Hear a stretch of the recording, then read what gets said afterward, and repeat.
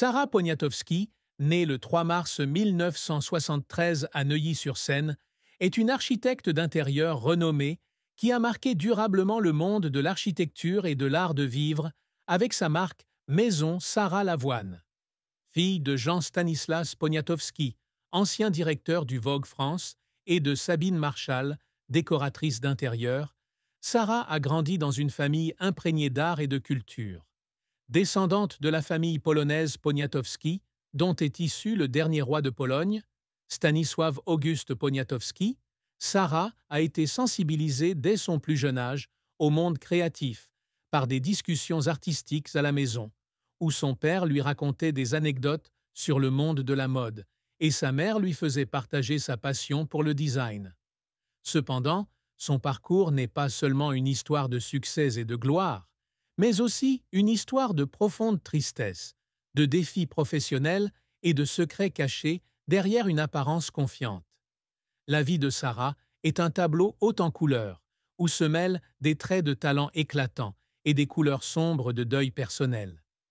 La plus grande tristesse de la vie de Sarah Poniatowski est probablement la perte de son père, Jean Stanislas Poniatowski, décédé le 23 avril 2024 à l'âge de 88 ans.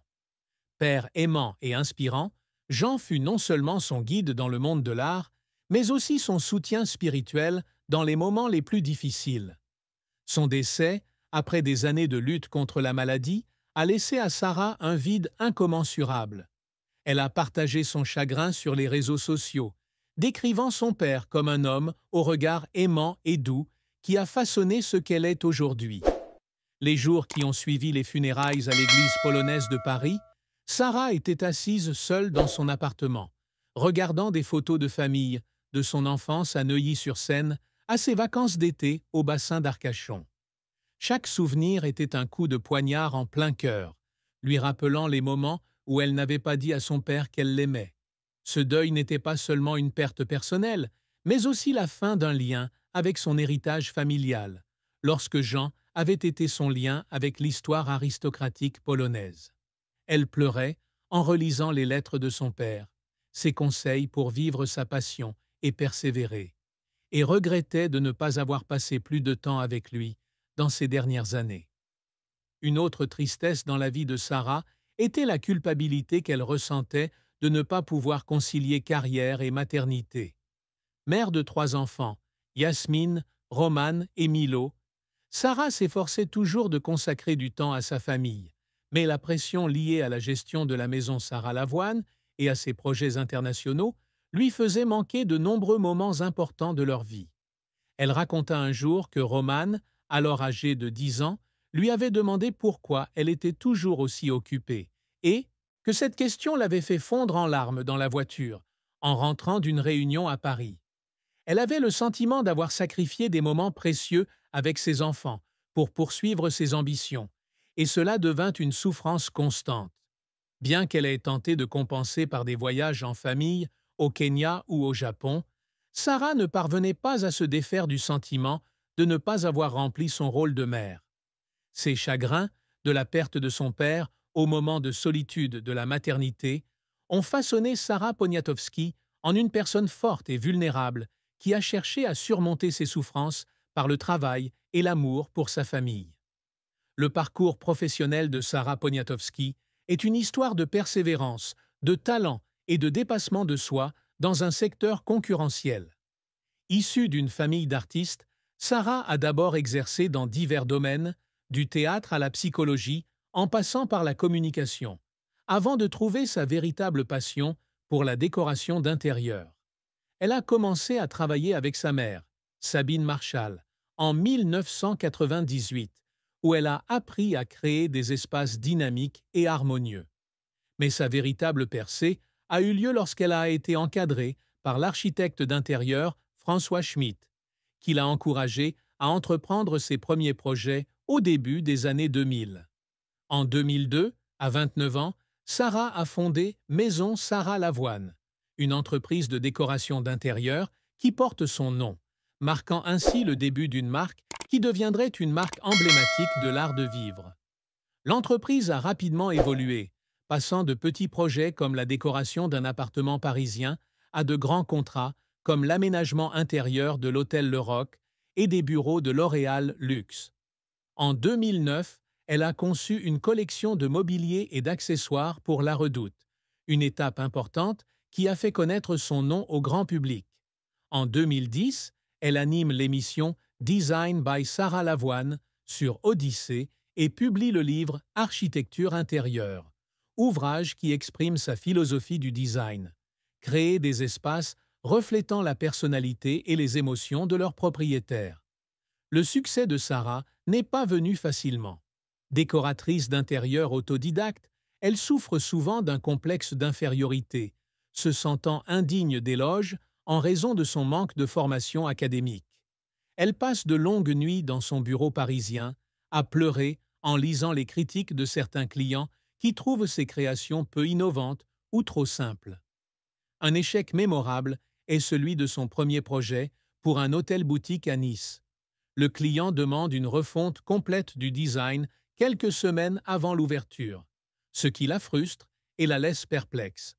Elle passe des heures en studio, refaisant chaque dessin, simplement pour prouver qu'elle est à la hauteur des attentes.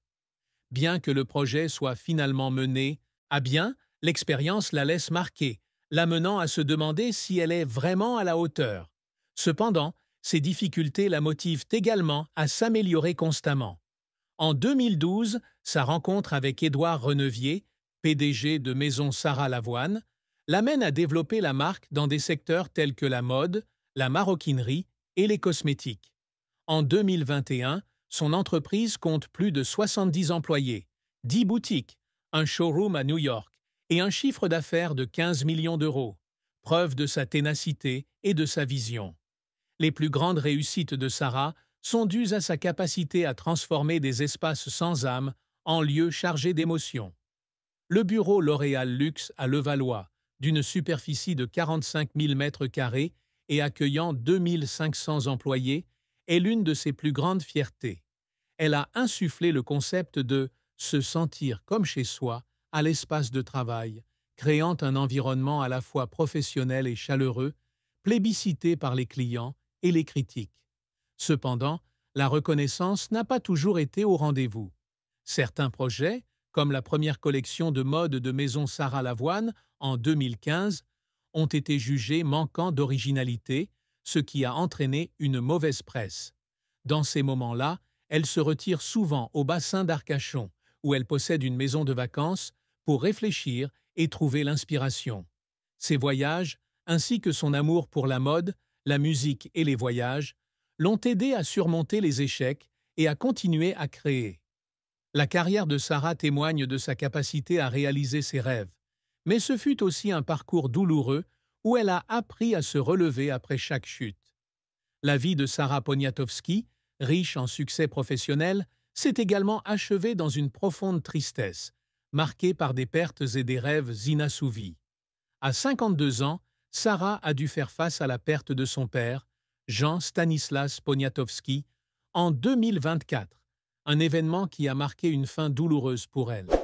Les funérailles à l'église polonaise de Paris, où elle se trouvait aux côtés de sa sœur Marie et de leurs 3 enfants, Yasmine, Romane et Milo, ont été un moment de larmes. Elle avait le sentiment qu'une partie d'elle-même avait disparu, non seulement parce que son père était une source d'inspiration, mais aussi parce qu'il était un lien avec l'héritage polonais de la famille. Après les funérailles, Sarah est retournée à son appartement parisien, où elle s'est assise dans son bureau, contemplant les toits de la ville et se demandant si elle pourrait continuer sans les encouragements de son père. Cette douleur a été aggravée par la prise de conscience que ses projets inachevés, comme l'expansion de la maison Sarah Lavoine en Asie, ne seraient plus observés par son père. Elle rêvait d'implanter sa marque au Japon, où elle avait trouvé l'inspiration auprès des maisons traditionnelles, mais ce rêve était désormais assombri par la perte. Un autre aspect de cette triste fin était la solitude ressentie par Sarah après sa séparation d'avec Marc Lavoine, son mari depuis 23 ans. Bien qu'elle soit actuellement en couple avec l'acteur Rochdy Zem, la fin de son mariage avec Marc l'a laissée profondément triste. elle repense souvent aux moments passés ensemble en famille à Marrakech, où ils s'étaient mariés en 1995, et regrette de ne pas avoir pu maintenir ce lien. Ces moments passés seuls, à regarder ses enfants grandir et quitter la maison, lui donnaient l'impression d'avoir perdu une partie de la vie de famille qu'elle chérissait autrefois. Bien qu'elle ait continué à travailler avec passion, Sarah ne pouvait nier que ses chagrins avaient façonné une fin insatisfaisante, où la réussite professionnelle ne pouvait compenser pleinement la perte personnelle. Elle a essayé de surmonter la douleur en se concentrant sur son travail et sa famille, mais au fond d'elle-même, elle savait qu'une part d'elle-même était restée à jamais gravée dans ses souvenirs.